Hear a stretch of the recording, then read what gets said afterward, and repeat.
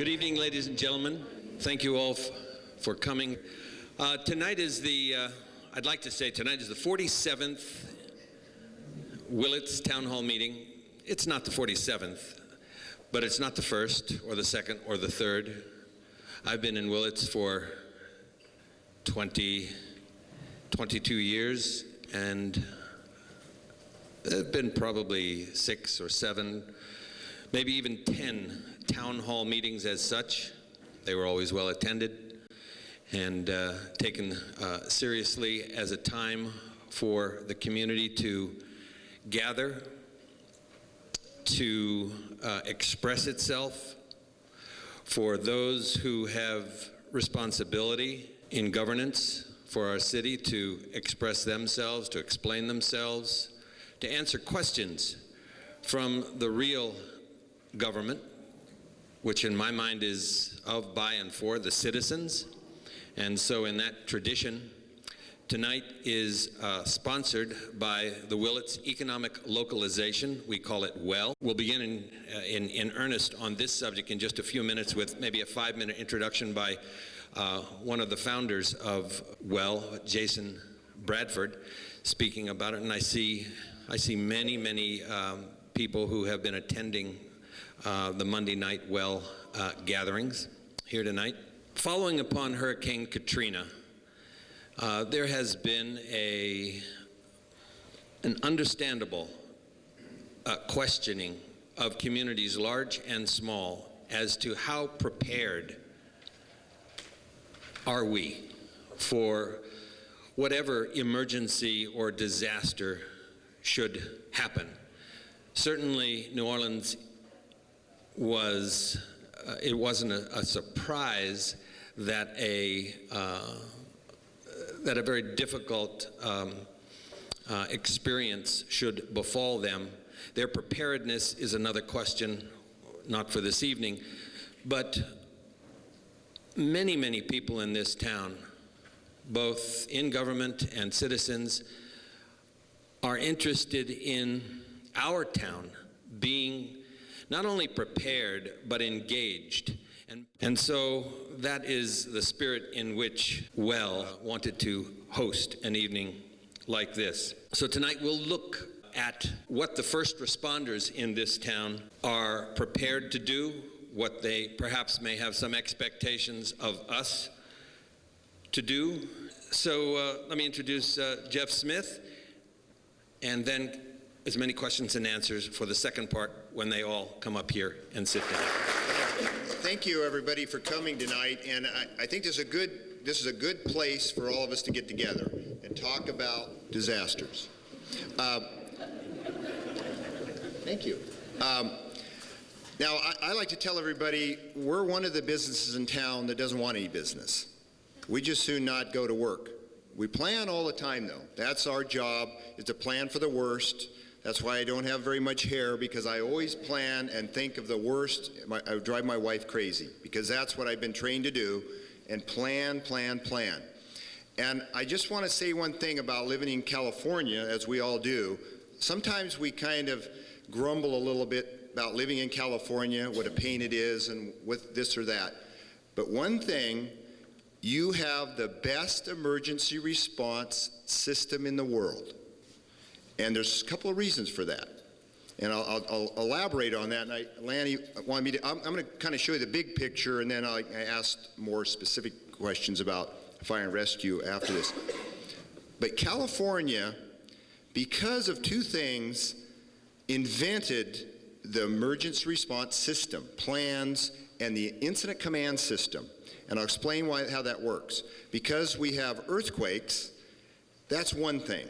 We've been trained to deal with that and scale up and scale down to deal with our earthquakes. Wildfires.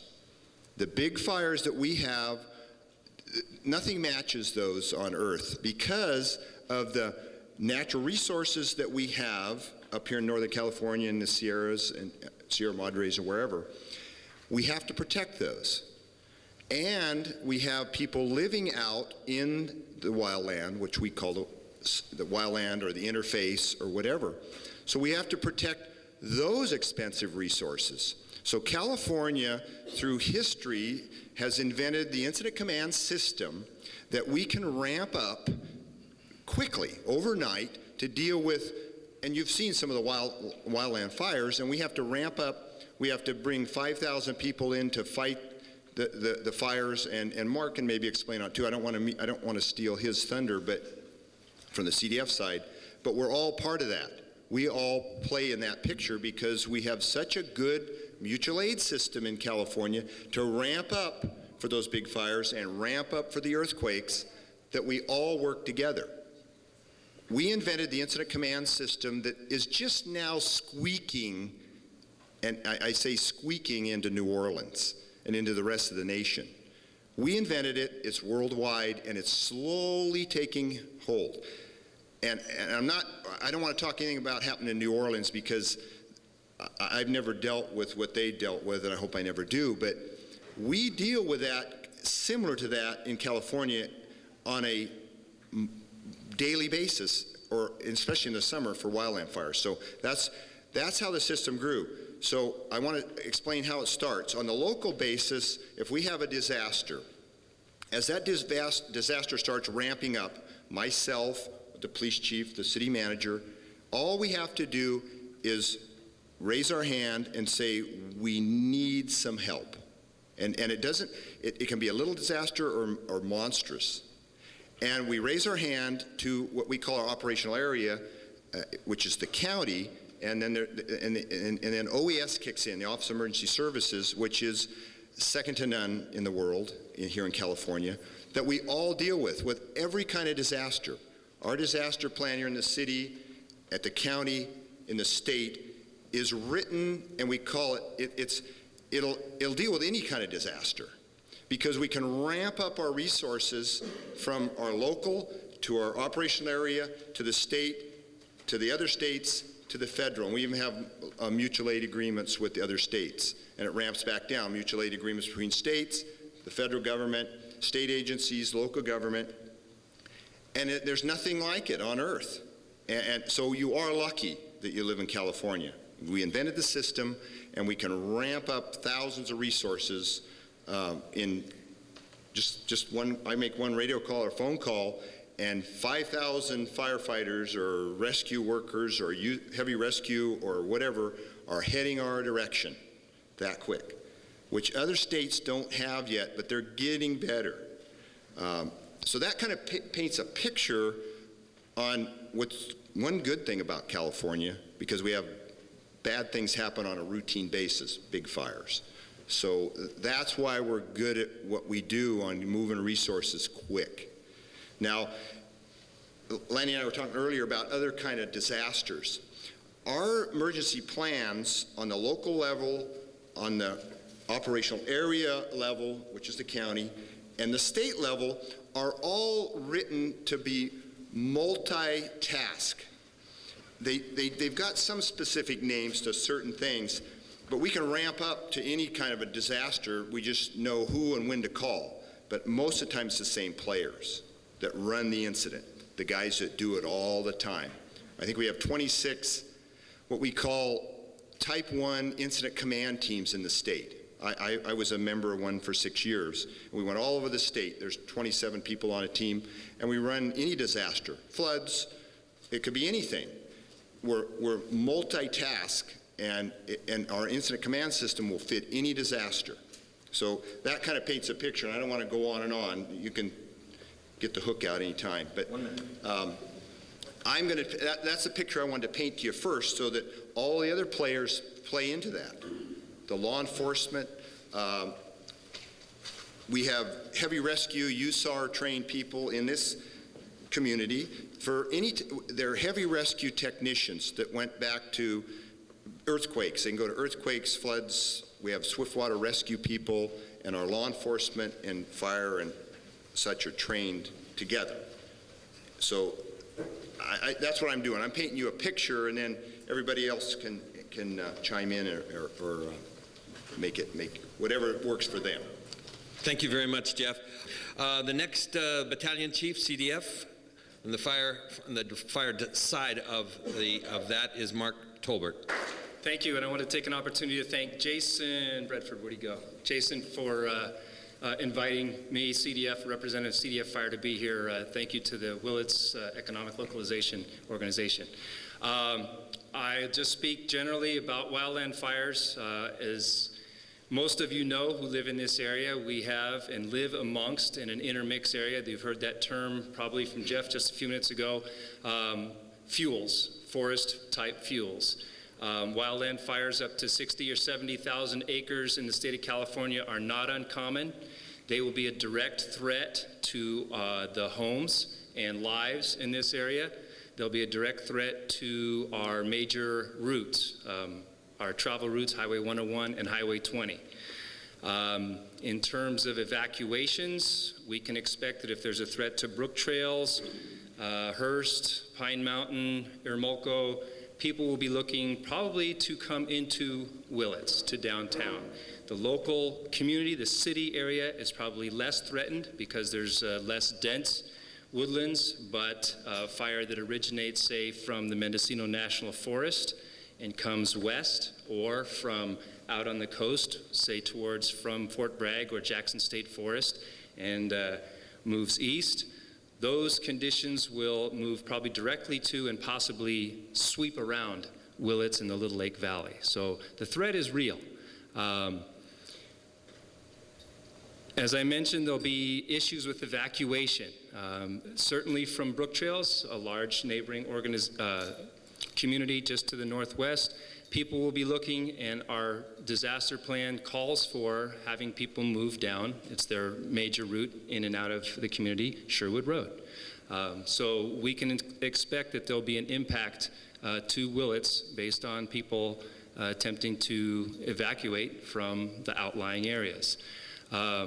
Impacts from responders. As Jeff mentioned, on a large incident, you can have up to 5,000 responders, more typically 1,000 to 2,000, and that's additional residents to your community for the duration of the wildland fire incident.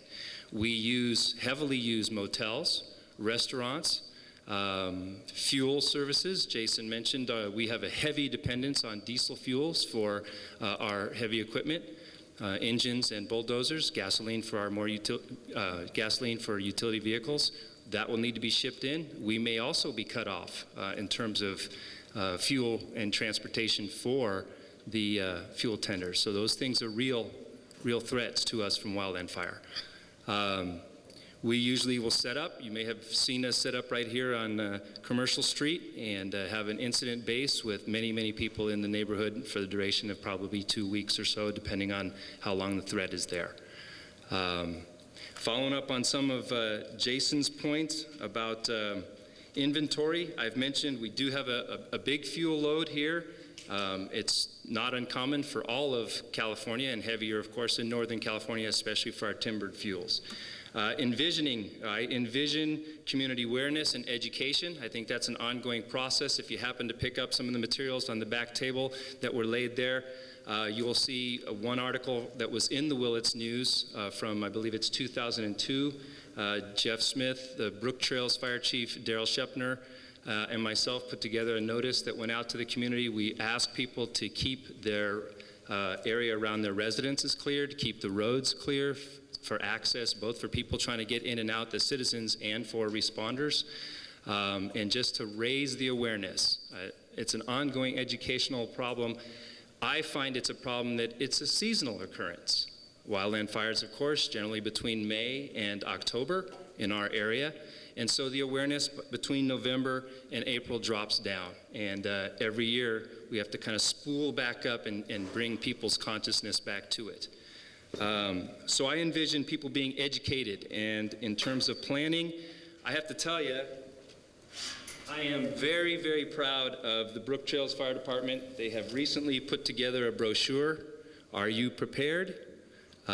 This information was developed by a number of different agencies, led by Brook Trails Fire and the Sheriff's Department, and I don't have complete copies, but there are some handouts of the cover of this. They did a limited production of this for mainly Brook Trails residents. So if you live in Brook Trails, you probably have one of these. But I'm very proud of this community effort. This is part of the planning process. We have a local business person who was kind enough to let us slip a notice about preparation, wildland fire preparation into his mailer. And this went out this past May. I can't thank those people who commit this type of effort to the wildfire awareness program enough. It just is outstanding. Sonoma County has a very thick brochure. Again, I don't have any of these to give you, but Sonoma County has been proactive. And not to be outdone, just recently this year, and again, this is the only copy I have, the Mendocino County Community Wildfire Protection Plan is in draft form. It has been accepted by the Mendocino Unit Chief Lloyd Johnson. It was produced in cooperation with the Mendocino County Fire Safe Council, and a lot of work by their Executive Director, Julie Rogers, to produce this document, and it needs to be approved by the Board of Supervisors as well. But I can tell you Mendocino County is moving well on their way to planning, and I think that's outstanding. The last piece that Jason mentioned is implementation, and the way I envision that, the community will recognize the need, certainly from the wildland fire standpoint, take the things that are identified in the plan and make them their own. And that means action. Every person who lives in this area and is concerned about wildfire, if you have a wildfire risk around your home, we ask you by state law to clear 100 feet around your home, take action, be prepared, and see what you can do to support your community in that effort. Thank you. Thank you very, very much. From the Sheriff's Department, Gary Hudson, Under Sheriff, Mendocino County Sheriff's Office. Good evening, everyone, and thank you for having this event. I had the chance to meet Jason at last year's Leadership Mendocino graduation, where he talked about these very same topics. And after he was done speaking, I think we were having a break, I went off to the side with him and I said, you know, what you're doing has incredible implications for emergency preparedness. And we talked for quite a while, and I think we agreed that there's a lot to be learned on both sides. And I can tell you, as somebody who's been in emergency services for most of my adult life, I know that we have a lot to learn from the work of groups like WELL. The study that you've done, the scientific analysis that you've taken up to look at the management of resources in good times and in bad. So we need to be paying attention to you, and I would urge you to make sure we stay paying attention to you. You've got some good stuff going. A little bit about the Sheriff's Office. Mendocino County Sheriff's Office is the largest law enforcement agency in the county. We serve about 69% of the county population, including all of the unincorporated areas and the city of Point Arena. We also have the busiest 911 dispatch center in the county. We handle about 55,000 calls for service a year. That includes all the phone calls, 911, and the 7-digit calls, and also the activity generated by our officers. So every time they call in to say, I'm out here doing something, we record that as a call. We do provide the primary 911 service for the entire unincorporated area, as well as the city of Fort Bragg and the city of Point Arena. In fact, except for cellular 911 calls, if you call 911 from outside the cities, you're going to get us first. Even if it's a fire call, even if it's a medical call, it's coming through our dispatch center first. We ask you what the problem is. We make sure the call gets routed to the right location. And I want to talk a little bit about 911 as we get further on. The Sheriff's Office is not only paid staff, we also have a large volunteer force through our search and rescue teams. In fact, our total search and rescue volunteer force is almost as large as our employed force. And they're going to be meeting, I think, tomorrow night. It's a very active group, and if you are interested, I'd encourage you to get involved. Like every other volunteer organization in the county, they're always looking for new members. The sheriff has a couple of duties by statute. One of them is the sheriff is the law enforcement mutual aid coordinator in the county. That doesn't mean we can order around the police departments. It doesn't work that way. But if Chief Gonzalez or one of the other police chiefs in the county were to call us up and say, we have an event that's going beyond our resources, much like fire and their mutual aid response channels, we have a law enforcement system too. If Jerry needs help, he can call us, and we then become the point of contact to coordinate additional law enforcement resources. If we need to go outside of Mendocino County to bring in other resources, as we've seen in the past, in fact, Redwood Summer was a good example. We had, I think, 435 police officers from all over the Northern California gather in Fort Bragg, and it was quite an event. But we then go to Alameda County Sheriff's Office and request assistance from them. One of the duties we don't like to think about, but unfortunately it happens, is we are also the coroner's mutual aid coordinator for the county. When the Loma Prieta quake struck, we were put on notice from Alameda County Sheriff's Office that our services might be needed over in the East Bay. They did not know how many fatalities they had. And like every other emergency service, if you're out there working the actual incident, you're going to get tired eventually. And you're going to need to be able to replace staff with fresh people. There's only so much of this you can take, then you need to get some rest.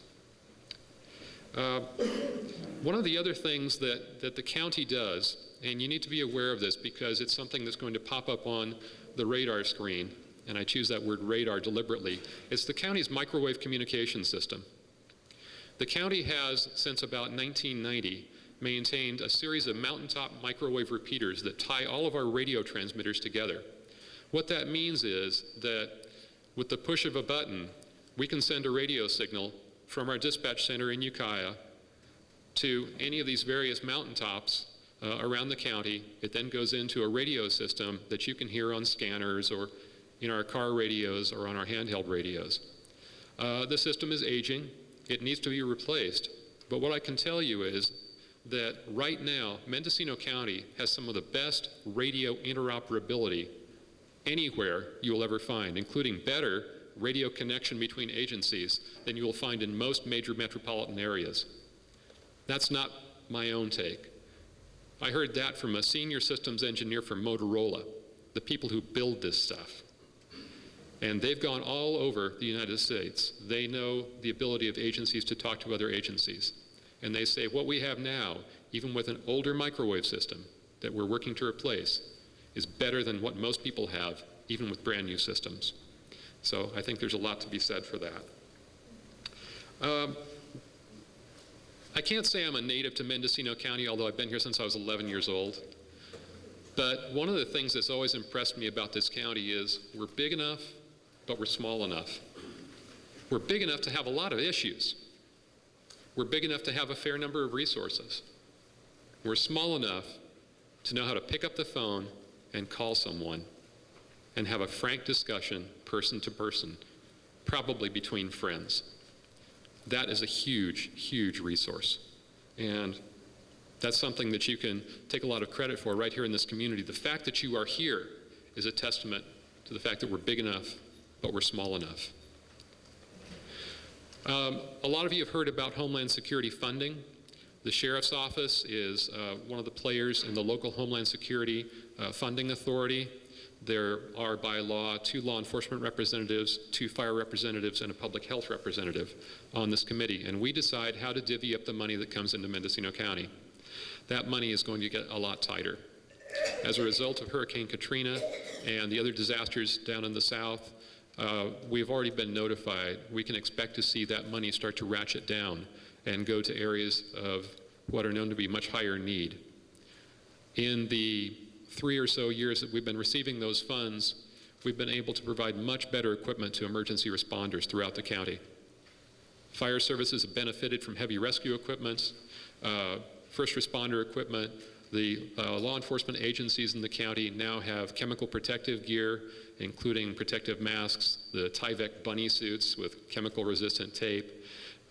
We have better radios, and we continue to look for new ways to improve our response capability around the county without getting into turf wars.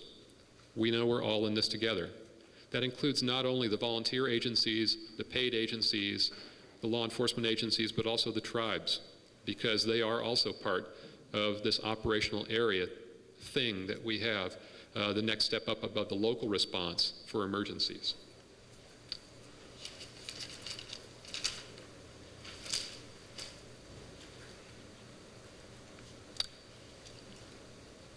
As we get into the question and answer part of the program, one of the things that I would like to talk to you about, and I won't take up the time right now, is 10 simple ideas you can practice yourself to make yourself and your family safer.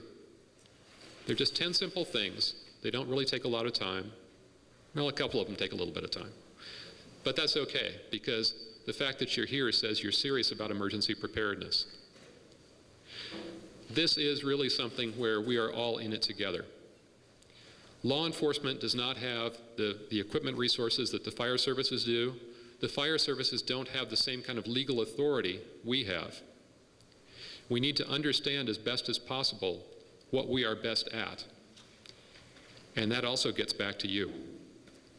A couple of weeks ago, I was involved in a radio talk show, and one of the interviews that was conducted while I was on the radio was with a gentleman who was working out of the Algiers neighborhood of New Orleans.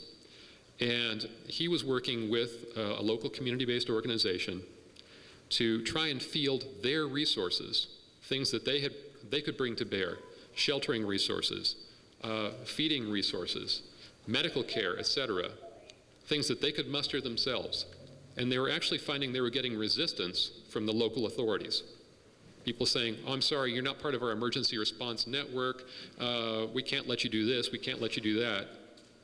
Around here, I think we know better than that. We have a lot of great community-based organizations in this county, and if we don't know what you're capable of doing, we need to know from you. Whether it's in meetings like this, whether it's in developing and updating our disaster plans, or whether it's when the big one hits.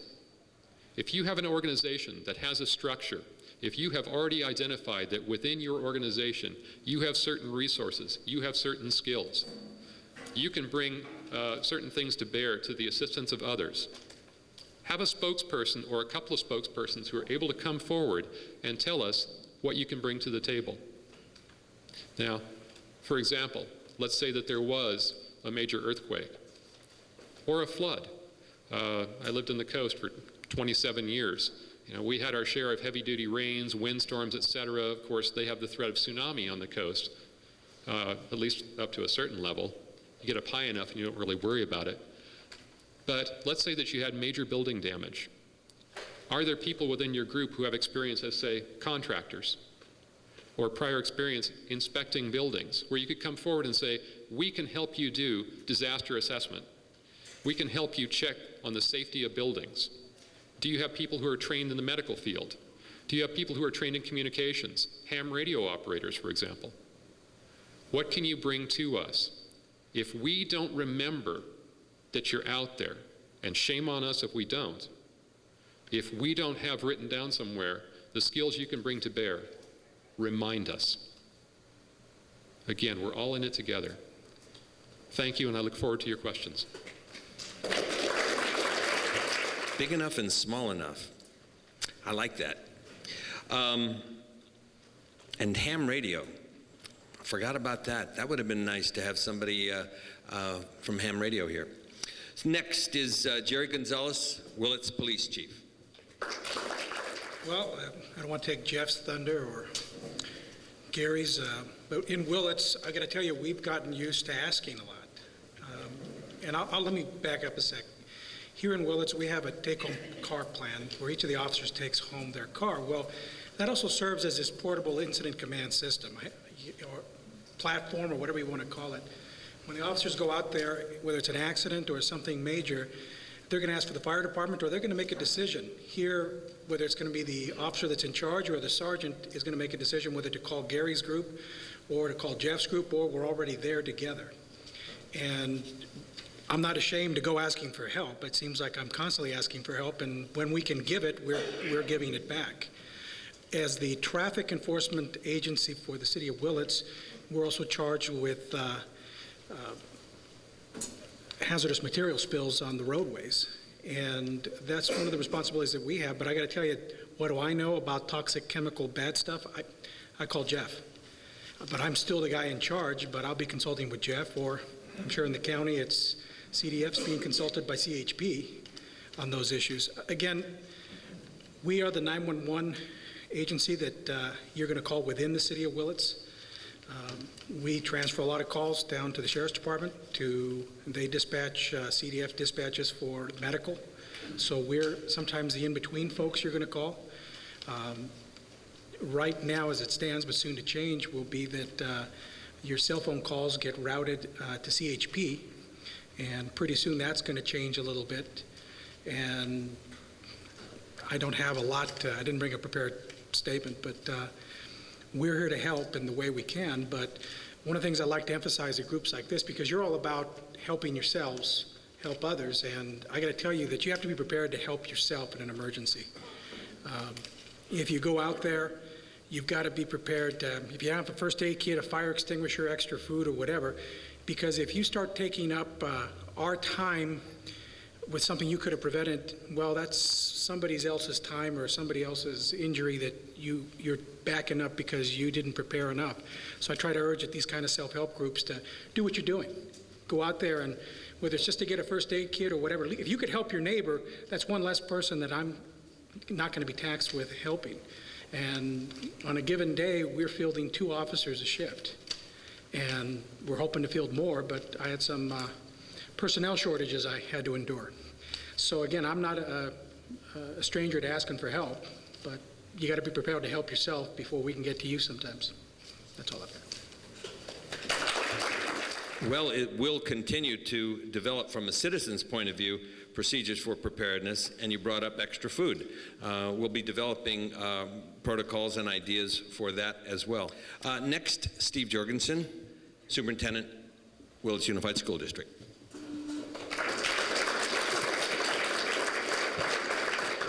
Thank you, and thank you for inviting me tonight.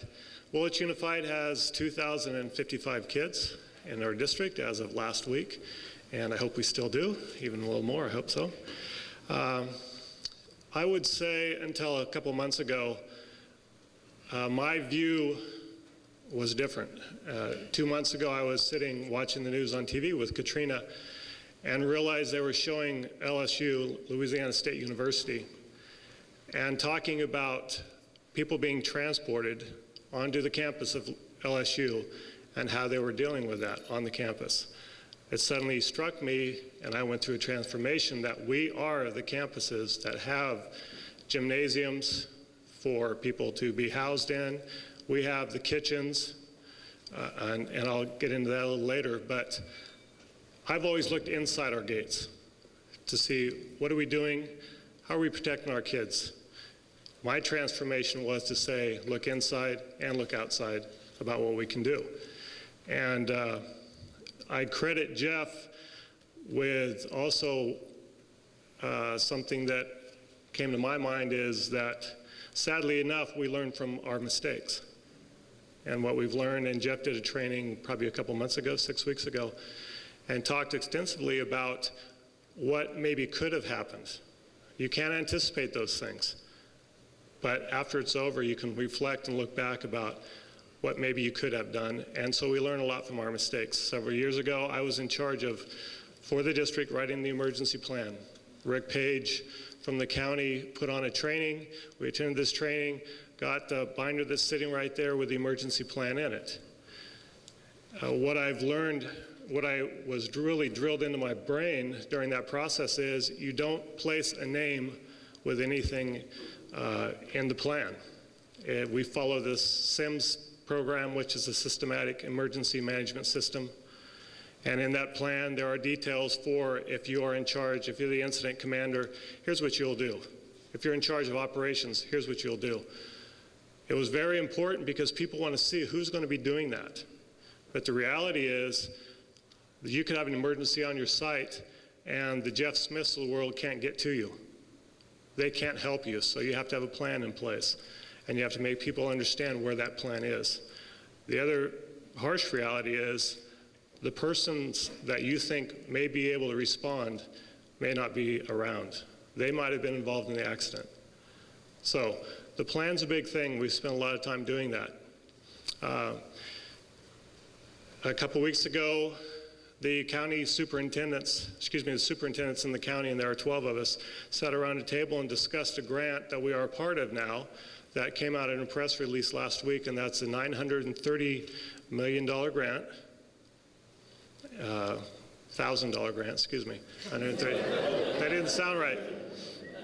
Alan's grabbing his heart. So we're part of this grant, and how we discussed it as superintendents was this grant is designed to train our staff, and our staff are responders. They are mandated responders, so if something happens, you forget about your family, you take part of what's going on. You are active in trying to help with the situation. So that's one thing. You don't quite forget about your families, but you respond to the situation you're in. The other thing is to help revise our emergency plans. And that's something we need. I'd probably describe where we are right now as, if I could use a team analogy, we have the coach, we have the players, we have the playbook. We could use some equipment, and that's why I'm glad to see this community here, because that's who we'll tap on at that in the grant. We could also use a lot of practice. We need to have practice implementing what we're doing. And that's really key, and that's hopefully something that we'll get out of this. And I know we'll get out of it from the grant also, because as superintendents, we talked about what was happening in Katrina. We talked about Fort Bragg, and Fort Bragg having to respond and get the word out to people. Many are living on the ocean, on the beach, on the sand, on the beach. So how do you respond to that? How do you get the word out? I've had discussions with our administrators where if you look at Willits High School, on one side, we have railroad tracks coming by, and this was a discussion when we were talking about terrorism. We have railroad tracks coming by one side, a highway coming on the other side. We have an airport that isn't far from us. And we're pretty, if somebody wants to do something, they'll find ways, but we're very vulnerable in certain ways. We have children that are in preschool all the way up through young adults, 18, some are probably 19. We have the preschool kids that will need a lot of direction. We'll have the older kids that will need a lot of direction. And the key will be communicate, and then go back and communicate some more. We do not have the perfect emergency plan because we can't plan and say this is happening, so let's anticipate it. Some things we can anticipate, that's where we'll be able to get the support of everybody. Other things will happen in emergency, and we have to react. So that's where we are, and I appreciate everybody being here because we truly are a community school. We'll rely on the community. You rely on us to help us get through disasters. Thank you. Thank you, Steve Jorgensen, Unified School District Superintendent. Communication is very important. Gary and Steve, you brought those items up. Being able to communicate in emergencies is very, very important. And I know that WELL is going to take a look at that in terms of the inventory that we do of our community to come up with an implementation plan for the future. So communication will be very, very important. For example, is the cell tower powered by the same grid that might go down for us at our homes in the city? I don't know if it is, but that'd be something to find out. Next among our speakers and panelists for this evening is Ross Walker, who's the city manager of the fair town of Willits. I was driving down from Oregon yesterday with my wife, and I got a little premonition for tonight's presentation because in the Avenue of the Giants, just driving along, happened to glance up, and I don't know how far, but significantly above the height of the highway and above our car was a marker that said 64 flood. And it's almost unimaginable to figure what the volume of water must have been that was coming through. I guess, I'm not sure, is that the middle fork of the Eel that is moving that way through there? Whatever's there now is a trickle, but evidently what was there in whatever it was, December or January of '64 was immense. So I don't have any particular point to draw from that other than it made me think a bit about what I'd be presenting tonight. One thing that I want to mention is that, it's sort of appropriate I'm coming as an administrator towards the end of the presentations here because much of what needs to be said about how this was billed for me, first responder, has really already been said because an administrator for the city of Willits, I'm not really a first responder. I have, within Willits' plan here, and we do have an emergency plan, and that's been spoken of before tonight, I have a function. In fact, it's a very high function on a chart list. But in terms of first response to emergencies, it's really a response that is administrative. It's helping to get organized once our forces like fire and police have really gotten out to the areas that they can get to. And when that has happened, then government has got a plan, and we all have our roles that we will attempt to function to come into centers like this and schools and other places within the community and begin to triage or whatever we need to do in a situation that may be very difficult. But I should also let you know that as a day-to-day person running government here, I have yet to put on the vest that is somewhere in my cache of materials there that I'm to wear when I actually take over, because there hasn't been a situation that I've had to be involved in. So what I'm reminded of as we go into these periods where, such as we are tonight, where it's somewhat in response to a situation that's in another part of the country, it's got us thinking about here. It's got me thinking, I have to admit, about some of the things that we need to do in terms of keeping our planning and training up. And along that line, we've recently done an all-city training of all personnel in the SIMS training. And we're also planning to do in the future a tabletop exercise. And those of you that have been to the one at Brook Trails may have an understanding of what that is. But that's kind of like responding to a mock crisis where, you come in and everybody assumes their roles as if they were in a situation and works through that. But quite honestly, I have the only one that I've worked through has been the one that Brook Trails has put on, and I have to say my hats off to Brook Trails for the amount of effort that they've put in. But in light of the fact that I think it's something we need to get working on, we're planning on having one sometime in the not too distant future. I want to mention just something a bit on maybe on the more philosophical side of things. That one of the things that my functions with respect to emergency services work as city manager is to serve on with the Emergency Services Association, MESA, and which is an inter-county organization that deals with emergency planning. And part of what we deal with at MESA is trying to determine where grant funds come from and where they go out to. And part of being involved in that, you realize that I have come to realize in my few years of being involved with it, is that society in general and government in particular, I think, is very crisis-driven.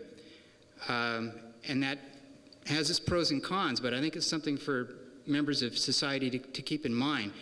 As I pull out my red book there, the thing that I'm going to find the biggest volume of material on with respect to a specific crisis and the most planning that has been put into that, as far as I can tell, in the last decade here, has got 3 letters in front of it, Y2K. And it's a huge portion of that book, an appendix to it right there.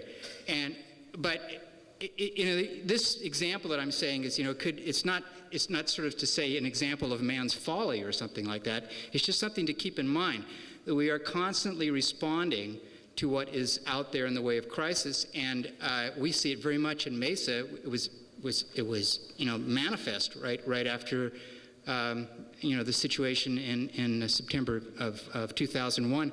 All the funding switched over to a brand new federal department, Homeland Security. And interestingly enough, a couple of years after that, you're beginning to see that maybe wasn't the most functional way for government to respond with respect to thinking about, have we forgotten a bit about some of the other crises that we periodically face, and in this area, I think are actually more likely to face.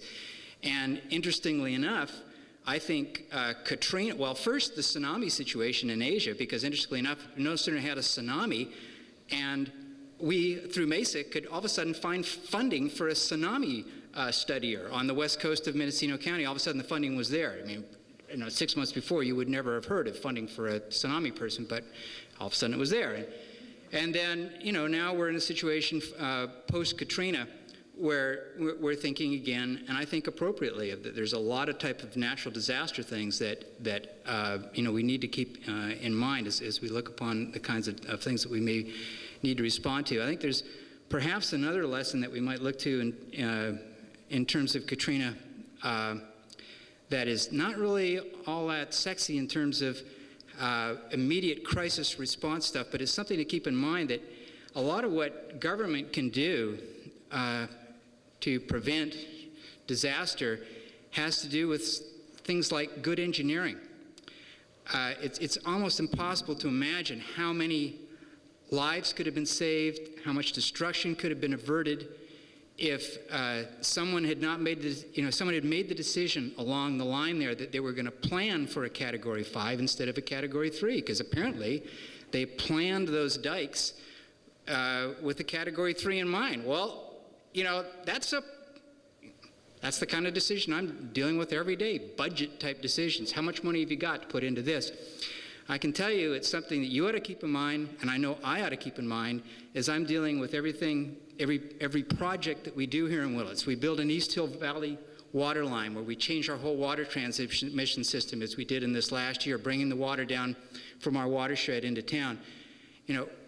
We need to plan very, very carefully every juncture, every vault, every place that crosses the road, every situation that could possibly rupture in.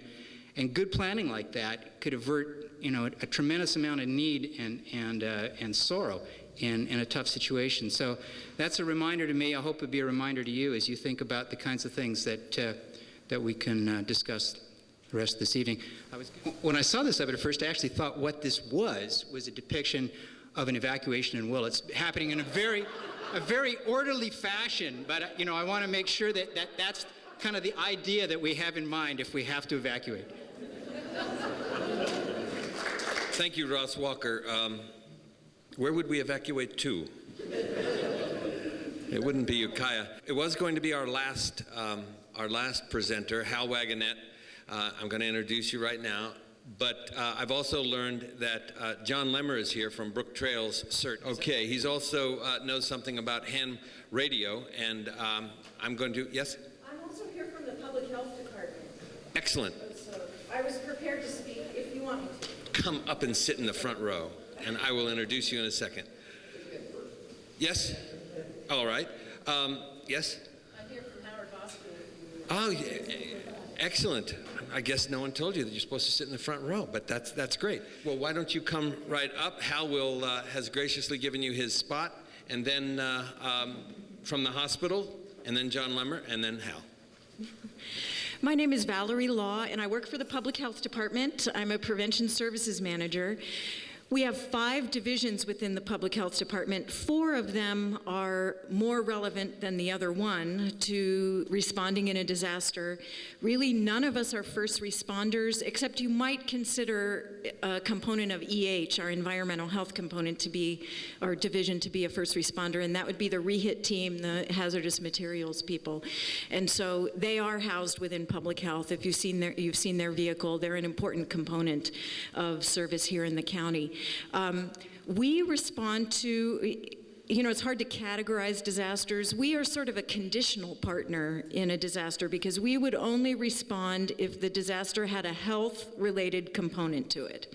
So if it were a disaster, for example, for a few years we focused on bioterrorism, if it were related to anthrax or some kind of chemical or biological terrorist attack, we would involve potentially our public health nursing division and our lab division, and also the hazmat people if they needed to pick up something and package it and deal with it.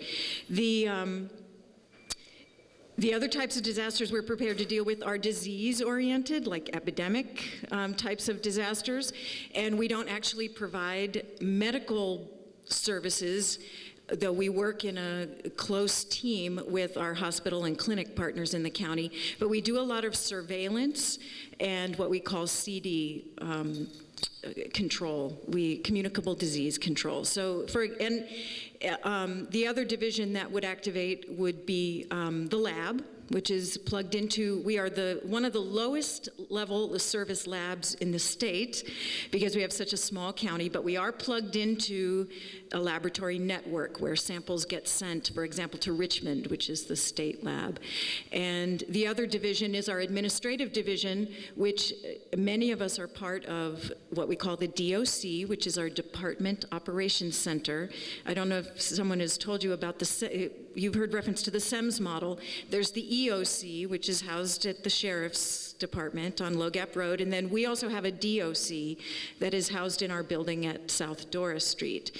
And we follow the ICS system, the SEMS model. We are all being trained in that and undergoing drills and exercises, and so we are getting more and more comfortable with activating every day. Let's see, what else do I want to say? We manage 2 grants that come to us through the feds, through our state Department of Health Services. One is a grant from the Centers for Disease Control, and that helps us develop public health infrastructure so that we build up our own systems, both for equipment and training and expertise.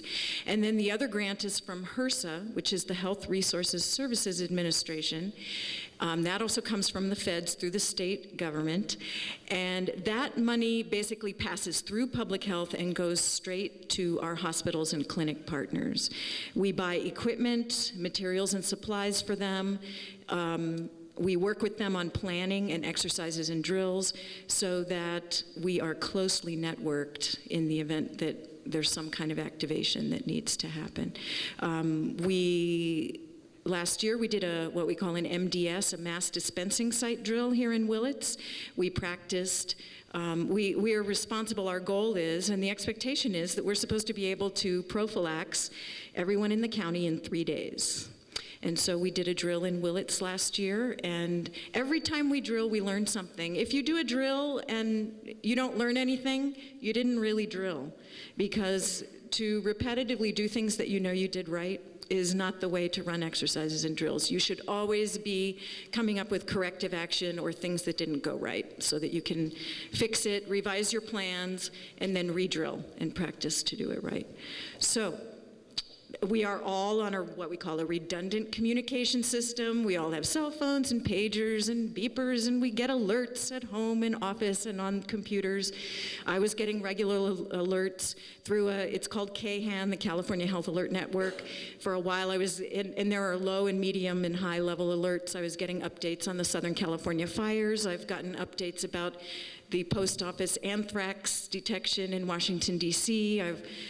We regularly get alerts, which helps us remember that the system is working, and we have to respond and confirm that we've received the alert. So that's basically it, and I'll be happy to answer questions later. Thank you very much. Valerie Law. I am the education coordinator at Howard Hospital. I'm also one of the safety officers. Thank you. My neck isn't that long. And I'm also an ER nurse. So needless to say, I'm the resident storm crow at Howard Hospital. I always think of the worst possible things that might happen and try to prepare for it. I'm happy to be working with Valerie and her group with the HRSA grant. It's been very helpful for our facility.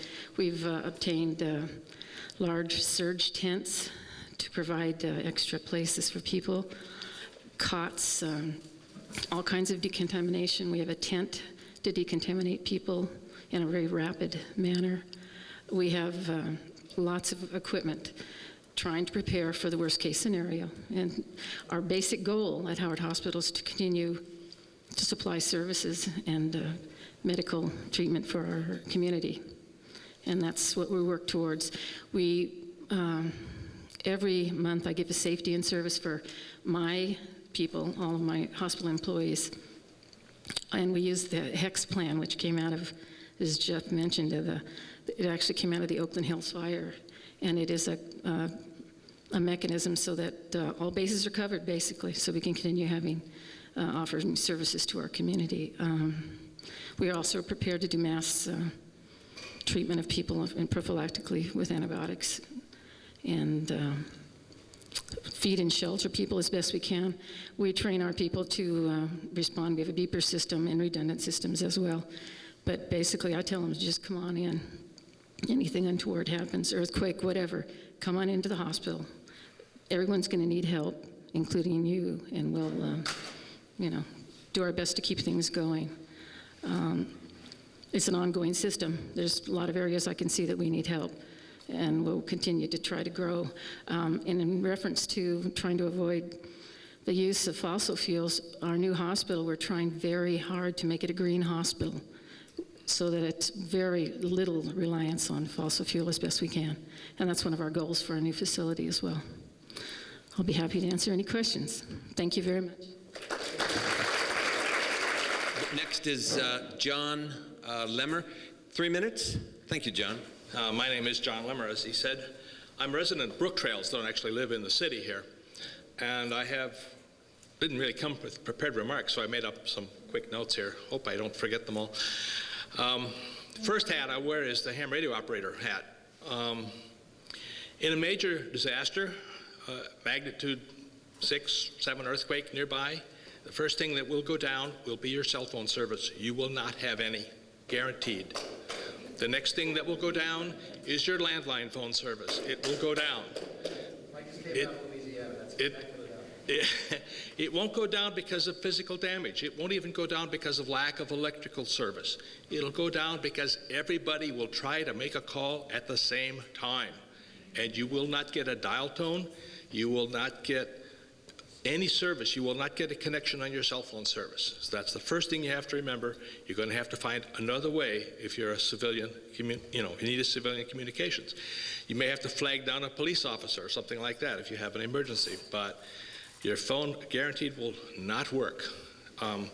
My last service as a ham radio operator in a disaster was in the Laguna Beach fires in 1994. I was serving as logistics communications coordinator at the shelter. A week after the fires, there was still no phone service. And all the Red Cross traffic had to be passed by ham radio. We have a group of about 40 people in this community, a larger extended community, that are ham radio operators. Many of them are active.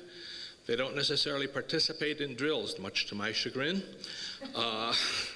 I beat them. They had a meeting last night, and I was harping on that. They will be available, but unfortunately, I'm going to have to train them on the spot. I've done ham radio as an emergency service since the 1950s in civil defense drills.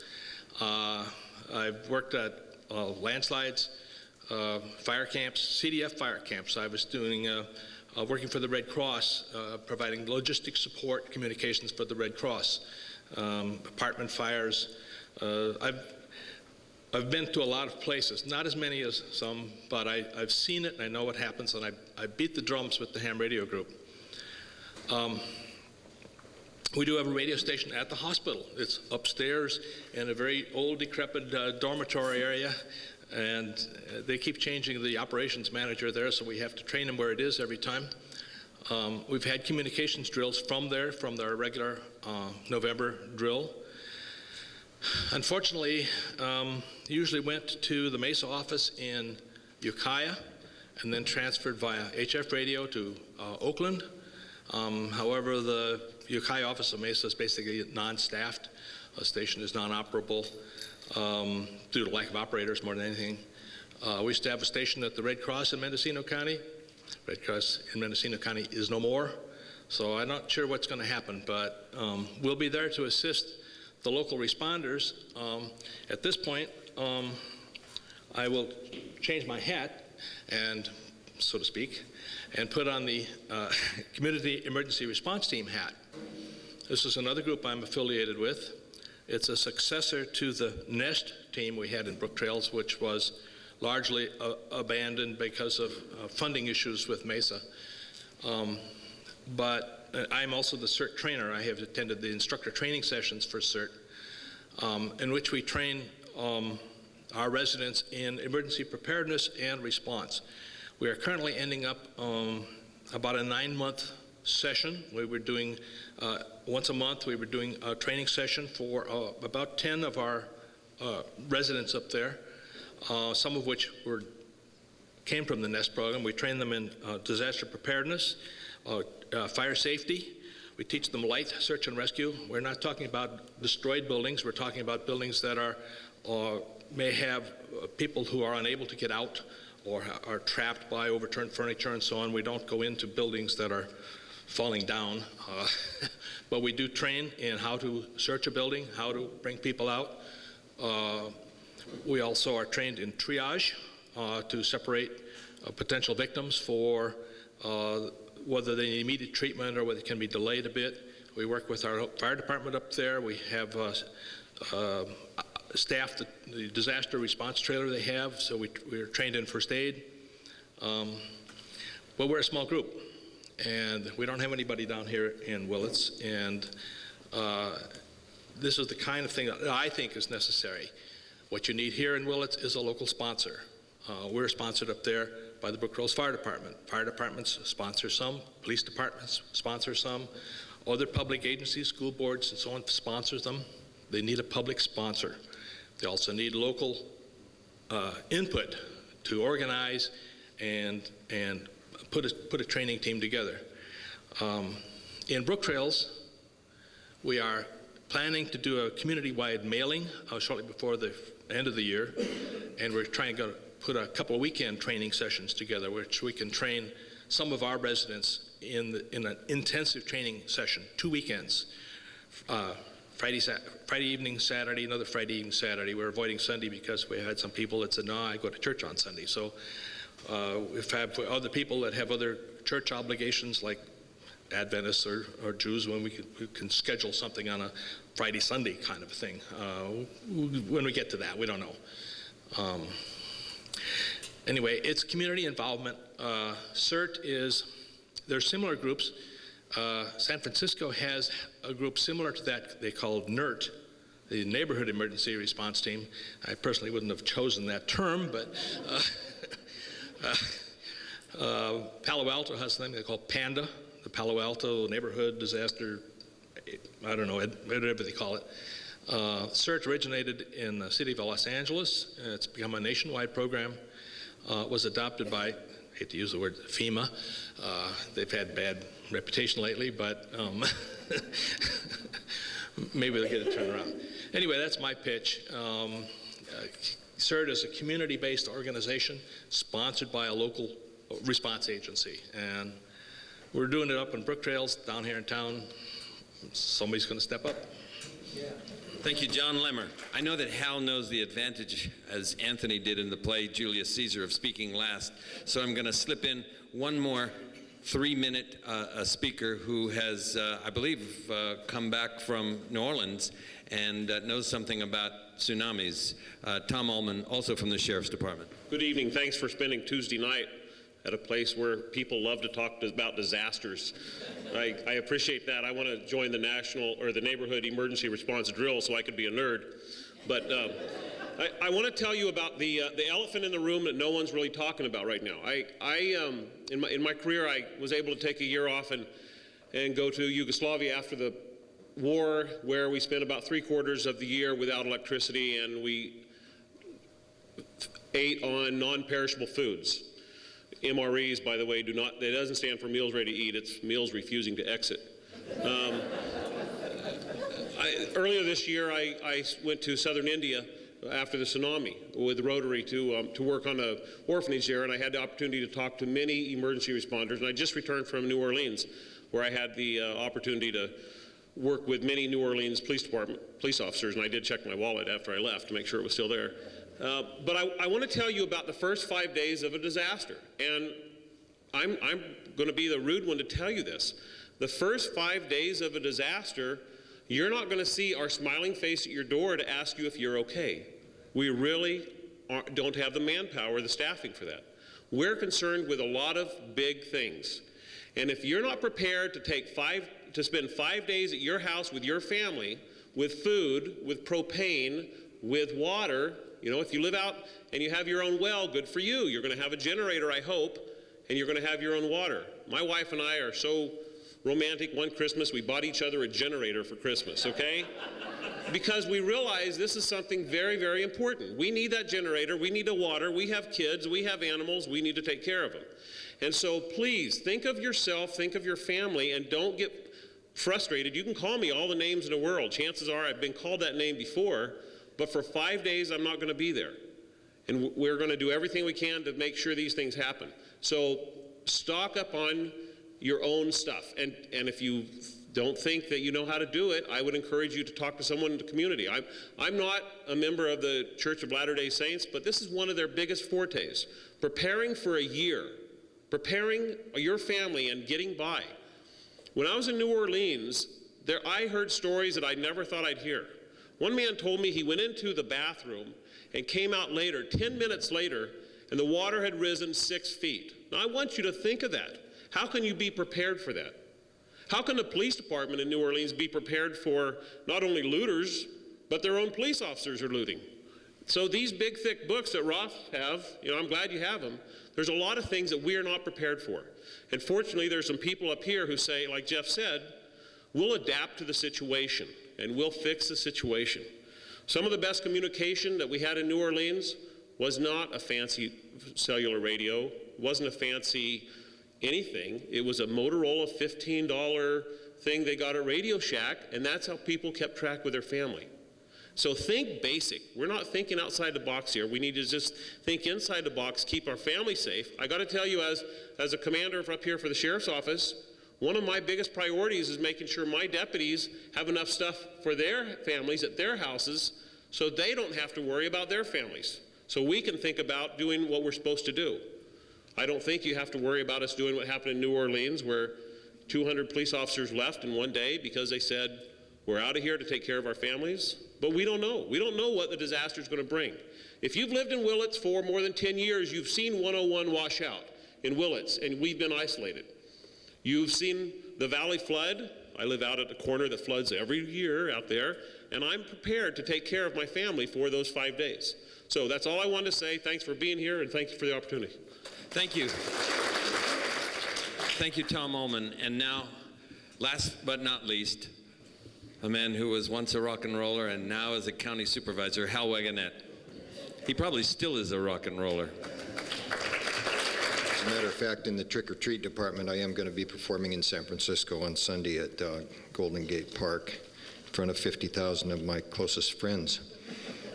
It's free. You're all invited. As I've listened to some of these talks, I've had some conversations with Tom about his experience in Kosovo. And in Kosovo, there was no government like no government because there was no government. There was no police force, there was no water system, there was no banks. You couldn't go and pay a traffic ticket because there was no judge. If somebody took your money for the fine, they might put it in their pocket, they might report it, but you couldn't tell because there was no way of accounting. That's the kind of situation that they were in Kosovo. And it really kind of underscores the 5-day scenario that Tom just gave us a practical look at. I am a conduit between the people and the funding mechanisms and the emergency service providers. They are the experts in the nuts and bolts of service when you need it. But I take impressions and pass them on, turn them into policies. That's my business. And when you think about emergencies, you don't really have a problem until you have an emergency, and then you learn something from that and you change your behavior and you begin to plan for the next emergency. And then you go along until the next emergency happens and you learn something. Now, I picked up a few little things that I will share with you that tell you how important it is to not only evolve that, but to coordinate it. In the San Diego fires, and this little deal that Valerie put on the back table, which I commend to you, emergency preparedness for pets. Nobody thinks about pets until there's an emergency.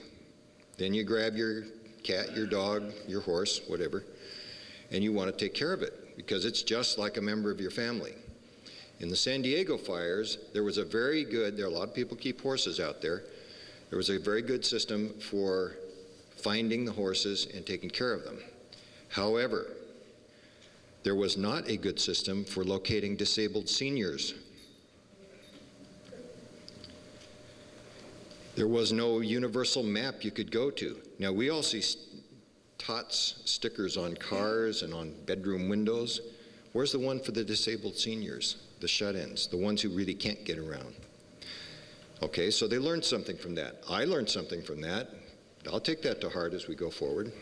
That's the kind of thing that you know that I see that is a little thing that becomes a bigger thing.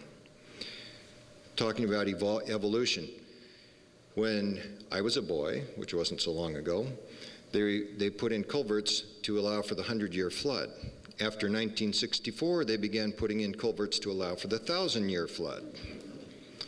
So there's an evolution in that type of thinking.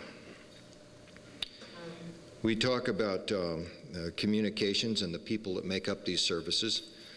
Here's something that we have that I don't think is quite the same as what they have in New Orleans. In New Orleans, you had a very large and somewhat dependent on government handout population. This community is pretty self-sufficient. The people in this room are looking ahead. They're planning ahead. They know how to take care of themselves. They can work with their hands. They can actually live off the land, some of them. So you got quite a leg up, and you have a real leg up in that you can talk to each other. This communication is really important. As we think about the big and little disasters that we might have, every day we have a traffic emergency at the bottom of Sherwood Hill at 8 o'clock, noon, and 3:15. And you also have one at the south end of town at somewhere between noon and around 6 o'clock. Those are the small emergencies. The big emergency is when the fire comes over the hill from Mirmoco into the backside of Brook Trails and begins driving the people out. That will be the big emergency. Now, as I think about that, I admire the tabletop exercises. I've participated in them. I'm an officer of the county who is empowered to act in emergencies, and our chief executive officer is the chief interface with the sheriff's department and other folks at those times. But the Board of Supervisors also has certain powers. But when I think of the tabletop exercises, I think of one of the fellows up here earlier who said that practice is the key to dealing with an emergency. And I would have to say that a tabletop exercise is a little different from the lady with blue hair in a Toyota trying to go down a dirt road out of Sherwood Road, where she can find the road, but it's not marked because the property owner doesn't want it marked, and there's a big chain across it. And then she turns around and decides she will go somewhere she's not sure, but she knows where town is, so she goes the way she always goes. I would suggest that this area, now here's where I get radical and create liabilities. The liability I would be creating is what happens if you do what I am suggesting. The reality is we should have a Saturday, let's evacuate Brook Trails and pretend there's a fire day. A little sympathy. So now, and on that particular day, everybody would know way ahead of time that at 9 o'clock we're going to pretend there's a fire coming over the hill, but then you'd have the announcements and people would try to find their ways out. The sheriffs would show up at the roadblocks. The fire people would go up how they go up. You would manage that exit and see what happened. Then you could practice it again if you had things to learn still. In any case, I look ahead because I see what needs to happen to come ahead. Just as our school superintendent discovered that he was in charge of a pretty good emergency facility. I work in the entertainment business. I'm a DJ. I go over to the coast, and people rent tents and have big parties. It occurs to me that there are enough tents in this county to shelter several thousand people if you just asked for them from those entertainment people. Most folks wouldn't think of that, but some of us do. I do want to talk a little bit about the communications aspect. And in this case, I'm going to refer to, you want me to wrap it up? 1 minute. All right. I'll give you one anecdote and one futuristic look. A fire chief from the Bay Area went off 162 with his family in a Suburban last summer. And Little Lake Fire, Laytonville Fire, the sheriff, the highway patrol, and Round Valley Fire were all there to pull him and his family out of the canyon. And he stood up there and watched this exercise, and then he said, "It's amazing how you cooperate. If 2 of these entities showed up in my area, we would still be talking about who was in charge." We don't do that here. We know how to cooperate. Looking ahead, these small fire districts that are volunteer fire districts, the small fire agencies, are dependent on a small ad valorem tax and the occasional bake sale. With the modern requirements for equipment and training and certification, they can't survive much longer. And when the small ones don't survive, the larger ones must backfill, and it spreads all the way back to the county. I can tell you that if Piercy has a problem and they're not there, then Leggett has to fill in, and Laytonville is affected, and Willits steps things up, and Ukiah goes on alert. That's how it works today. And unless we take a larger look at that particular facet, which is something that I've been working on for about 1.5 years, we're going to discover that we not only have to replace our fire services, but our emergency ambulance services as well, because they're usually in the same area. And on the subject of wireless, and I am wrapping this up, on the subject of wireless, we do have an excellent wireless system, but it is tired. It's old, and it does need to be repaired. We've worked out a new double redundant system, and as I've listened to the scraps over cell towers in the board chambers, it occurred to me that why not have an emergency medical backbone or system that could also serve as the backbone for the cell towers? Then you'd know where they would be, and there wouldn't be these arguments all the time about that. Then it occurred to me that probably you could use that to provide broadband internet to the various valleys, which would be a huge boon in communications. And then it occurred to me that maybe government ought to do that, because the private sector, Pacific Bell and so on, there's not the demographics, there's not enough people to get them to put in the infrastructure. And I talked about 10 days ago with Senator Chesborough about creating a bill to allow our government to do that very thing I'm basically creating this out of thin air for the rural counties, because the rural counties have a common problem in this regard. The telecommunications companies are not going to provide it for us because they can't make enough money. But we can do it ourselves if we can get enough support and some enabling legislation to do it.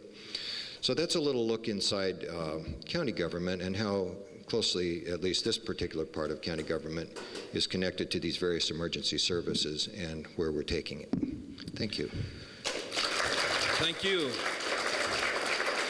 Hal Wagonette, County Supervisor, District 3. Before I ask all of the presenters to come up here for question and answers, I want to take just a second to ask a dear friend of mine and a great citizen of this town to stand up. Somebody who recently went, speaking of disasters and emergency, recently went to Louisiana to serve. I would like to ask for Pat Tate to stand up. He's from the Veterans of Peace, and he took a bus down there. He carried... Thank you, Pat. He drove Cindy Sheehan from one place to another in a miraculous bus, which lasted all the way. Thank you. This town is proud of you. Could I ask all the presenters to come up and take a seat up here? And this is directed kind of at everyone here. How big of a disaster would we have to experience here and in the state in general for us to be not able to call on resources from outside the county? Well, the mutual aid system works, it's stair-stepped. When they need help, they raise their hand, and it goes up the chain of command to the state dispatch center, and then they determine what type of resources are needed, either under the request or the type of emergency. Then all mutual aid resources are volunteer. And I don't mean whether they're a paid department or whatever, but the way the mutual aid system works in the state of California is that when an agency calls for help, whatever that may be, the closest resources start going, and the leaders of the community, such as myself, let's say it's a fire emergency, I determine whether I can send any resources or not. So it's voluntary, but it's stair-stepped in a way where if I can't, somebody else can't. You know, it's focused in different directions in the state. You know, there's big fires, for example, in the south. They start taking some of their resources locally, but they don't use them all. Then they start using a little more from the north and a little more from the north. So we balance it out. Does that answer your question? Thanks, Jeff. This is actually a question for everyone in the room. How many of you would appreciate and welcome a either film on a DVD or a booklet that helped you prepare, that listed the things that you should be doing now in terms of the papers you need to get in order, the food supplies? Because we are thinking that that would be a good thing to provide for the community in general. So could I see by a show of hands if you would be interested in having something like that, that would help you get your household, your family plan? Okay, I'm encouraged by that. Thank you very much. If you'll take a look at the back table, there are a number of those resources available to you. Also, if you will go to the California Office of Emergency Services website, which is www.oes.ca.gov, there are a number of publications available there, also links to other sites.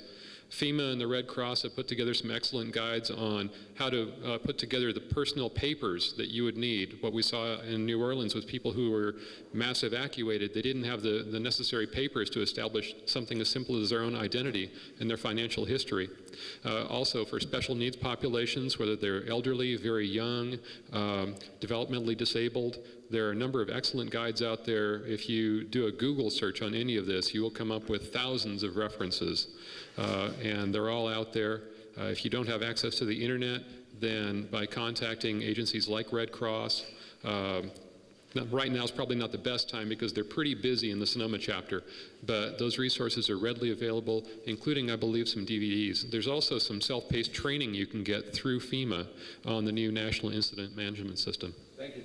Yes, I wanted to say first that I'm really impressed with the response that you've given us today, and it really reassures me that we are quite well protected. The question I have is about shelters. We've heard some people mention possible shelters, but I would like to know who is in charge of shelters, and if it's FEMA, then we need a backup plan. In Mendocino County, the Department of Social Services has primary responsibility for care and shelter. They would then work with the Red Cross, who provides some of the logistical support for shelters. But Social Services, through Adult Protective Services, has the statutory responsibility for it. Thank you. We're all noticing the rise in gasoline prices.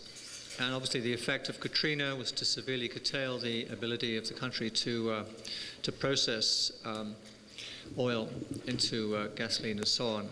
This country has about 700 million barrels of oil in reserve, which actually amounts to 35 days' supply if we had to rely upon it. My question is this. In times of emergency, when price of gasoline is increasing, what I've noticed is that there's a huge rush to fill tanks. What are our reserves here in Willits? And how would those reserves be controlled? How would they be allocated? And what would happen if there was a real rush for people to fill their tanks?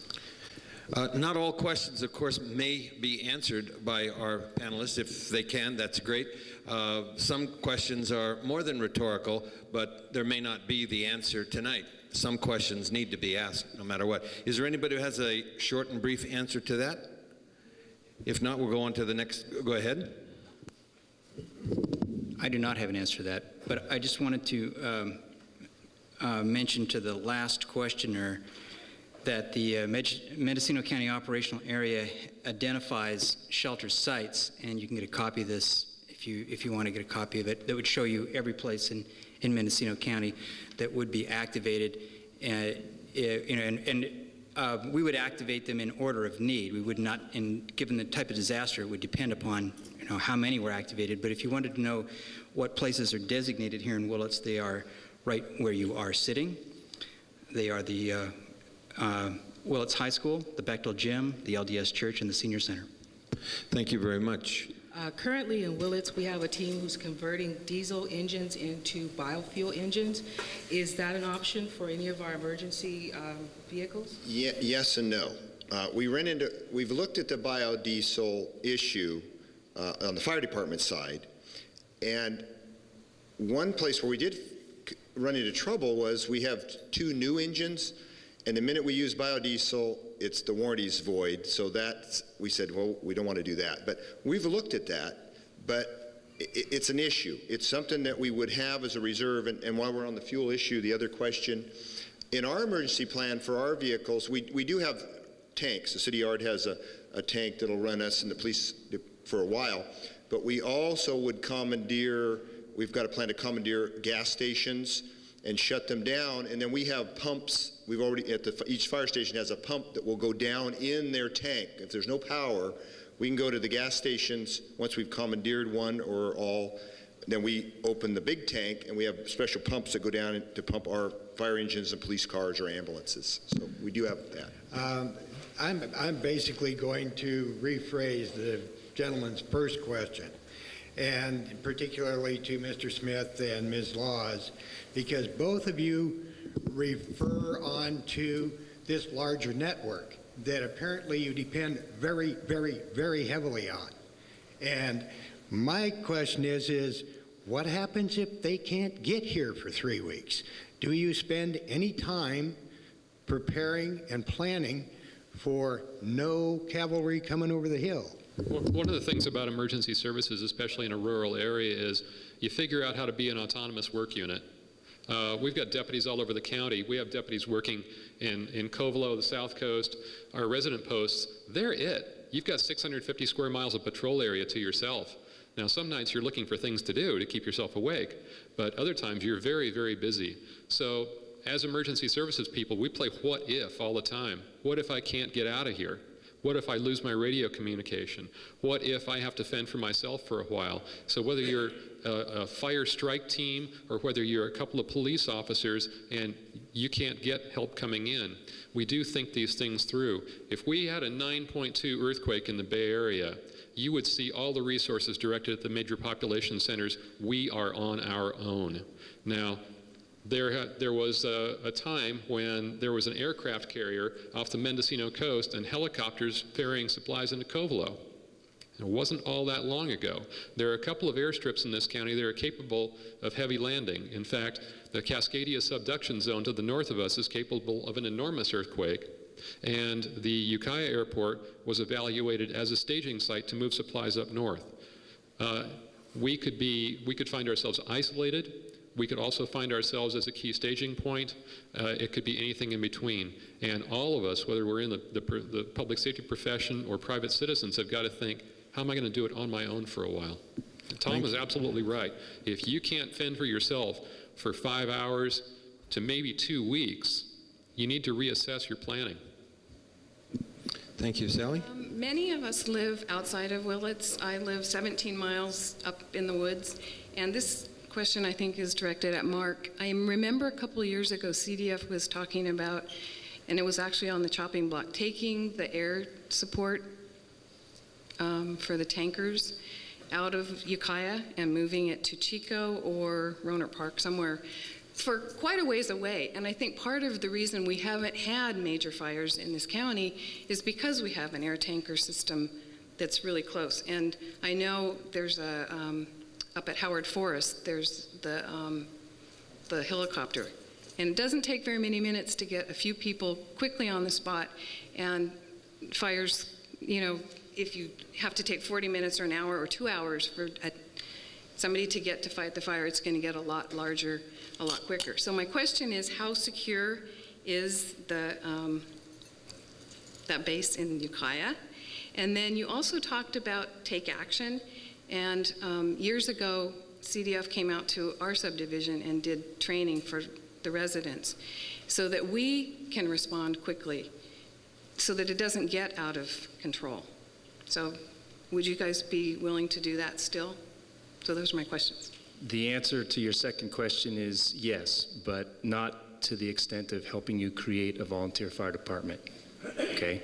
But yes, I mean, if you need simple training and prevention materials and things like that in terms of how to protect yourselves or the very basics to do, we'll be happy to do that. To address your question about the Ukiah Air Tag Base, this summer, I would tell the community that we were very fortunate, not Willits, but certainly Ukiah. Fire on Watson Road went to 5 acres.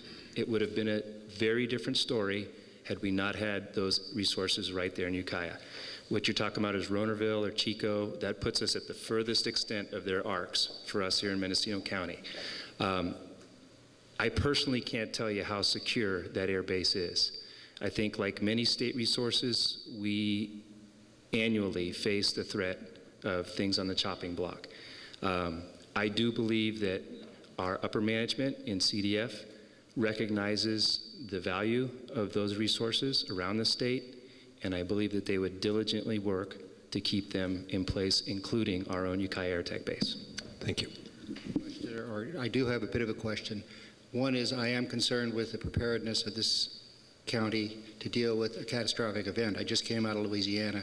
While I was there, one of the local parishes, the equivalent of a county, was not approached by any emergency response because nobody called out of that county, that parish.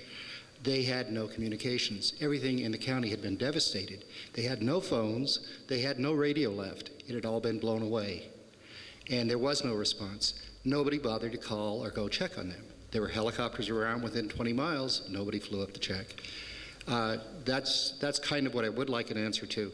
The one thing that I wanted to say to everybody is, in terms of an emergency response, observe what's going on around you, adapt to your needs, and act yourselves. I think all of these people up here know that. I want all of you to keep that in your heads. Act for yourselves, your well-being, and that of all your neighbors. Thank you, Pat. Are the agencies looking out for each other? Well, we are. And speaking from the sheriff's office, I'll tell you, we're probably the one government agency that more people see throughout the county than any other government agency, because we have 4 people living in Covelo right now and 1 person living in Laytonville and the Willits people. So when it comes to something like that, I don't think any village, any town is going to be isolated, because we're going to have deputies responding to those situations, whether it's a fire, whether it's public health, or whatever. The sheriff's office is going to have a representative to say, I'm here, this is the problem, and this is what we need. And whether it's air support or our mounted posse or whatever it's going to be, Pat, I really believe that that's going to be the key to getting the right resources into the communities. Thanks, Tom. Okay. Steve Jorgensen. I understand the comment to act for yourself, but if you look at our school sites, we can't do that. We have children that are on site, and our staff is responsible to work with our kids. And so in order to act for yourself would mean that you are taking off and going and doing your own thing and your own family. Keep in mind that we have anywhere from 400 to 600 kids on sites. So Jeff spoke about thinking about the worst case scenario. Worst case scenario, those are the same things I think about also. It's an issue which I am very concerned about, because when it happens, if the situation happens, I can imagine what it could be. I won't say I can't imagine, because you've seen it happen, but how it's going to be handled is something that's going to take a lot of skill, and that's why I think we continually need to practice it. I was feeling very secure about the evacuation plan up in Brook Trails that a lot of you have taken a look at. And then I was watching the evacuation in Hurricane Rita with the people in Texas moving out. They had plenty of warning, and they were getting into their cars and moving along the highway. But what happened is that instead of a whole family piling into one car, you had a situation in which every member of the family who could drive drove a car full of as much stuff as they could possibly put in there, and then they broke down on the highway and ran out of gas. And I'm thinking about Sherwood Road. And I wonder whether there's any kind of planning around that idea, maybe telling people one car and one car only, or in other situations, whether you had looked at all at commandeering school buses, because in Hurricane Katrina, they couldn't get the people out because they didn't have cars, but what happened to all the school buses? They were presumably just sitting there. So those are my questions. Come up again and answer the school bus question. We know that we can be commandeered. My concern is where are our drivers and who's going to drive them. So when we go through and know there's a disaster that happens, our bus barn's right near Willits High School. Is it going to be as convenient as to just go there? Or so another concern of mine is who's going to drive them, and where will our drivers be?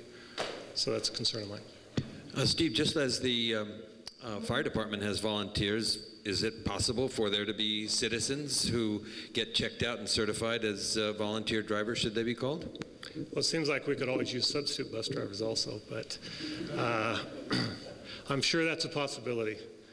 There is a fee for that in certain instances, but another question is, in times of emergency, do you check a registration, or do you say, do I get behind the wheel and start driving a bus?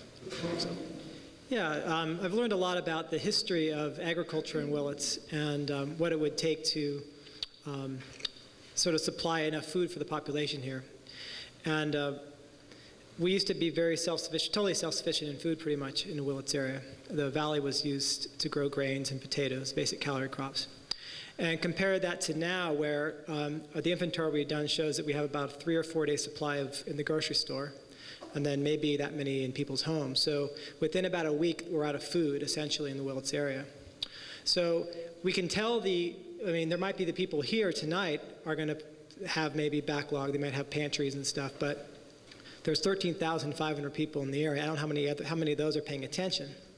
So is there any way that government can have food stockpiles, or do they, just like you might have a backup plan to get the gasoline out of the tanker? Or I know that the hospital has 3 days supply of diesel, for example. That's it. That's not very much. But has anyone looked into a granary locally, or distributed granaries for storing basic calorie foods in case, like Tom says, he doesn't come and show up with MREs for over a week or two? I think the short answer is no.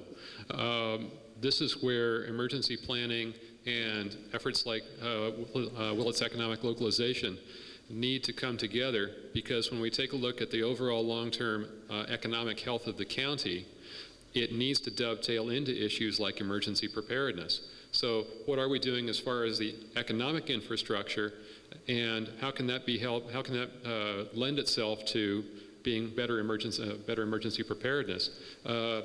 We're sensitive to diesel shortages too. We have, if the power goes out at our main dispatch center, we only have a certain amount of diesel supply there.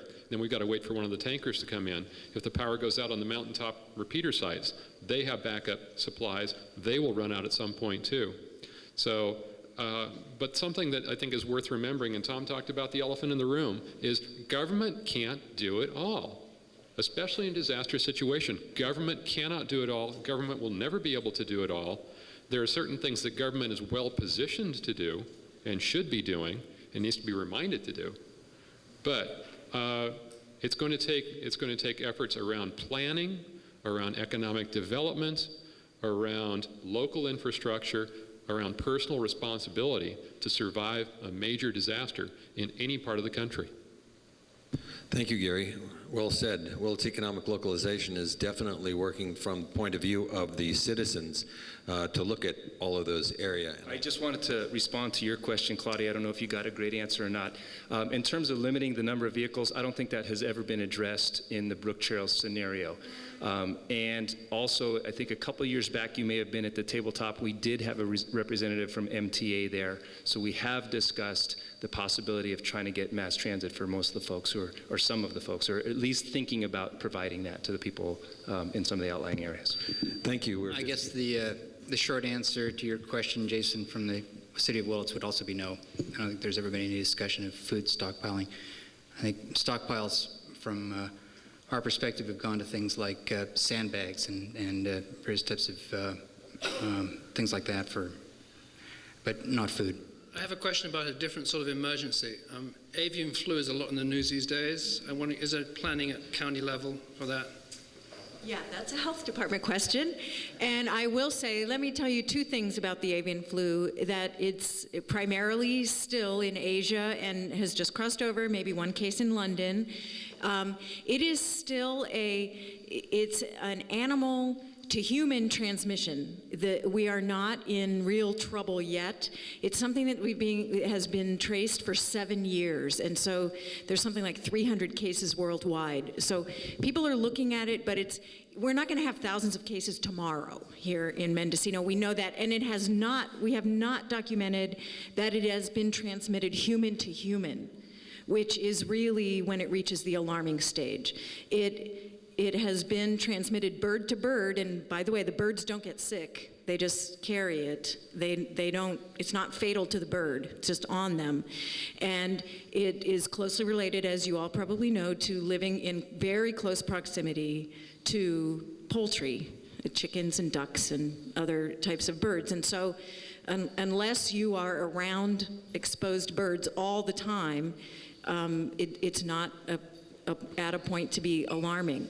We do have very, very expansive, complicated, and some very simple surveillance systems for diseases, potential pandemics like this.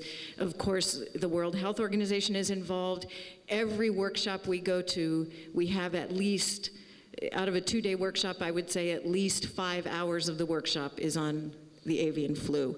And so our CD nurses, our communicable disease control staff is very up on this, and it's something that's being watched by the world. So that's pretty much the status of it. Yet it's going to get alarming if it ever gets to the point of human-to-human transmission. It's not documented to be there yet.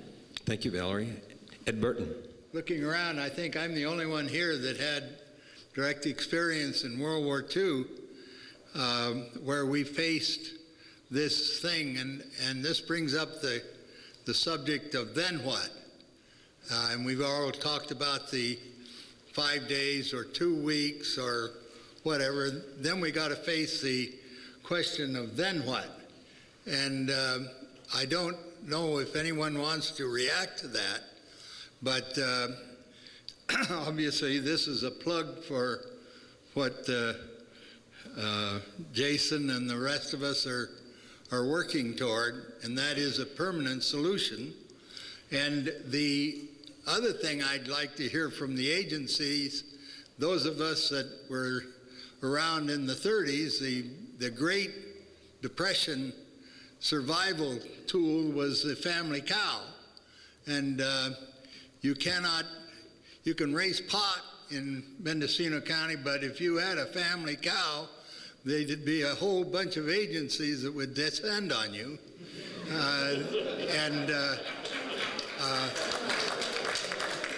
The argument against the family cow is tuberculosis, and while both of my grandmothers died of tuberculosis in their early 40s, tuberculosis, I don't know if a case has been heard of in years. It's actually on the rise in the world today. But at any rate, this is and finally, one thing, I was on the fire department or the forestry department of the East Bay Mud in the Orinda Hills, and we had the responsibility of being a mutual aid thing in the big fires in Oakland. And one of the big problems in those fires is everybody's got a red light and a siren, and they so dominate the thing, and the mayor's got to go out and tour something, and those of us on the fire line, and I was caught in a fire out at Lafayette. We don't have time for that story. Yeah, don't get off on that story. Anyway, the point is that a lot of the careful planning you'll find is kind of goes out the window in the real situation. And so look at this question of then what? After the 2 weeks or after the 3 weeks, The World War II went on for 3.5, 4 years. So that's what we're up against with the Katrina, Rita, and until the temperature of the ocean goes down, there's going to be one more hurricane and then one more hurricane. So just think of then what. That also needs to be cranked into your thinking. And I think we can find a better way. Jon Limor, how many ham radios could the valley absorb? How many frequencies are available if there was to be a network of hams to supplant down phones? Because we could saturate that network too. If you're talking about frequencies, there's probably 800 of them, but that's not the point. The point is, how can you network them together to do a useful thing? There are, by and large, two modes of operation. There's radio to radio, and then there's radio through a repeater site. Okay, just to keep this short, this is a long lesson to learn about ham radios. Is it possible to saturate the local airwaves with hams if everyone goes out and gets their own? No, that's not feasible. The point is that those that are there will be operating in one of 2 or 3 nets, sharing a common frequency pair. And those stations are up at the CDF site, and they're on CDF power as well, so they're backed up. Thank you, John. First of all, I want to say that I've done a little bit of work on what foods to store, and unfortunately I don't have copies of that information here tonight, but if you are interested in that, I have some information on that. And I also am part of the wellness work group, a lot of W's there, and as part, we came up with a questionnaire on the health needs of the Willits area, and I have it right here. It's hot off the press tonight. And it's going to serve a couple purposes. One purpose, one motivation for this was to start to assess the health needs of the county, of the town, the Willits area. And then also, this could also serve as a record for the personal health needs of particular people. So I want to pass this out, and it takes about 3 to 5 minutes to fill it out, depending on your health conditions. So if anybody would like to fill it out tonight and return it to me, just come and see me and we'll do that. Thank you. Hi, my name is Kristen Bradford, and I'm a family practice physician at Little Lake Health Center, and I'm very excited about the planning for the Green Hospital. And I have a couple questions related. We've talked tonight a little bit about possible electricity crises and limited gas supplies, and I understand that there's about a 3-day reserve for the hospital power. In a variety of scenarios tonight, we've discussed that 3 days might not be enough, and I'm wondering if, 2 questions, is the commandeering of local gas supplies and diesel a consideration in order to protect the hospital and the patients and the staff there? Secondly, would the hospital be able to operate if power goes down? Will the support services in the hospital, lights, windows, water running, all of that be able to happen if there is no electricity or diesel available? The basic sort of needs there.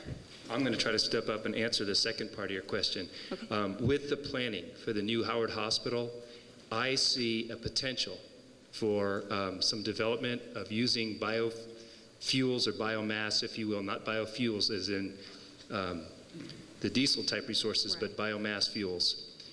We have a green belt in the area around one of our communities. Mm-hmm. And there's been a lot of discussion recently about how to thin that green belt, make it more resistant to wildland fires, and potential for a green hospital. My thought is that it would be very nice to try to marry those two together. Use biomass generated at a plant, and I have some additional information along those lines if I can tie in with you later. Great. I can't answer the first part of your question. Okay, thank you. Thank you. I think I can answer the planning part of it for a routine disaster. We train with the hospital for water supply. We have stainless steel water tenders, tanker trucks, or whatever, however you may want to put it. But we have an automatic hookup up there at the hospital that we train with, hooking up to supply it with water, or we can do that with outside water tenders. And one thing we do have in this area is lots of water. Summer or winter, we won't be like some areas that won't have water. The diesel fuel part of it to run the generators, sure, we, the fire department or whoever, will work with the hospital to either commandeer diesel, and again, calling for the outside source resources, because if we run out, we're out. But we, through the automatic aid or mutual aid system, we can call the National Guard or CDF or whatever with helicopters with diesel pods. They can bring them right in. They're a tank that goes sling loads under a Chinook helicopter or whatever. So we have that at our fingertips, Ross or myself or whoever can do that. But again, if the outside systems shut down, we're on our own and we run out. That's for sure. Thank you. I guess one tiny detail about that, it gets down to the operations of the faucets themselves, and if they're electric operated versus manual operated, same with windows, if they're able to open and close. And I know, that's down to the designers and the architects, but I think those are important things to keep in mind as we have these discussions. We've got a plan to operate the ER and the main part of the hospital on the diesel generator and supplied water. We've got a list of water tenders and our own, and again, when we built it, I don't know if you've seen it, it's stainless steel, so it's potable type water. Okay. So we've got a plan. I know I've forgotten what year it was, you might know, Jeff, but I think it was in the early 80s, there was a developing crisis on the water issue, and the city managed to get an arrangement with the Boy Scout Lake and run pipe all the way into town.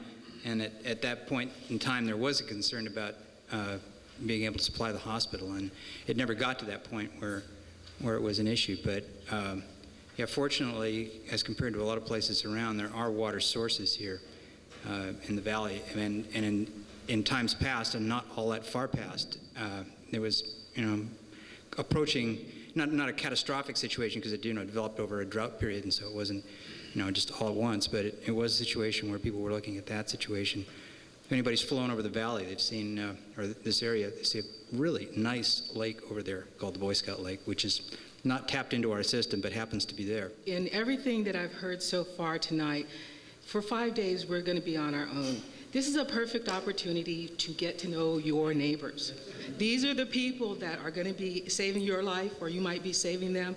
Have an emergency potluck. Get to know your neighbors. Find out who they are, what kind of medication they're on, what kind of responsibilities they're doing. Have a party. Get to know these people who might be saving your life. Okay? Thank you, Trish. I want to thank all of us, all the presenters, all the people who came. There were at least 3 city council members here, at least 2 physicians, 2 acupuncturists. I want to thank all of you who came, who realize how important this is. Give yourselves, everybody, a big hand.